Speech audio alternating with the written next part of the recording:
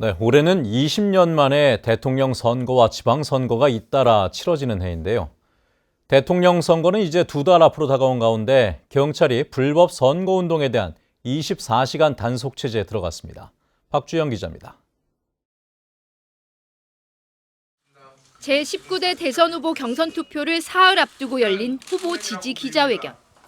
전직 제주도당 대학생위원장 이모 씨가 모 후보를 지지한다며 제주 청년 1,219명 이름이 담긴 명단을 발표했는데 대부분 도용된 이름이었습니다.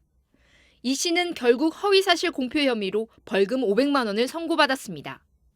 19대 대선 당시 유튜브 채널에서 후보자 부친을 인민군 상좌 출신이라며 허위사실을 유포한 A 씨는 징역 8월에 집행유예 2년을, 후보가 부정선거에 개입됐다며 SNS에서 투표 불참을 촉구한 B 씨는 벌금 500만 원을 선고받았습니다.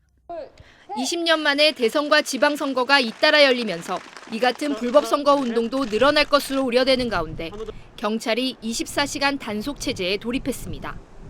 오는 6월 1일까지 금품선거와 공무원 선거관여 등 5대 선거사범을 중점 단속하고 코로나19로 비대면 선거 활동이 늘 것에 대비해 SNS를 통한 선거법 위반 사례도 집중 단속합니다.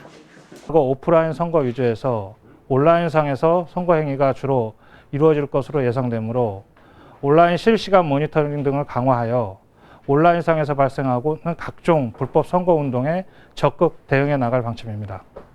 제주 지역에서는 2017년 19대 대선에서 선거사범 13명이 검거됐고 2018년 제7회 지방선거에선 55명이 적발되는 등 불법 선거 운동이 끊이지 않고 있습니다. 경찰은 도민들의 자발적인 선거 감시 활동을 이끌어내기 위해 선거사범을 신고할 경우 최고 5억 원까지 보상금을 지급할 계획입니다. MBC 뉴스 박주연입니다.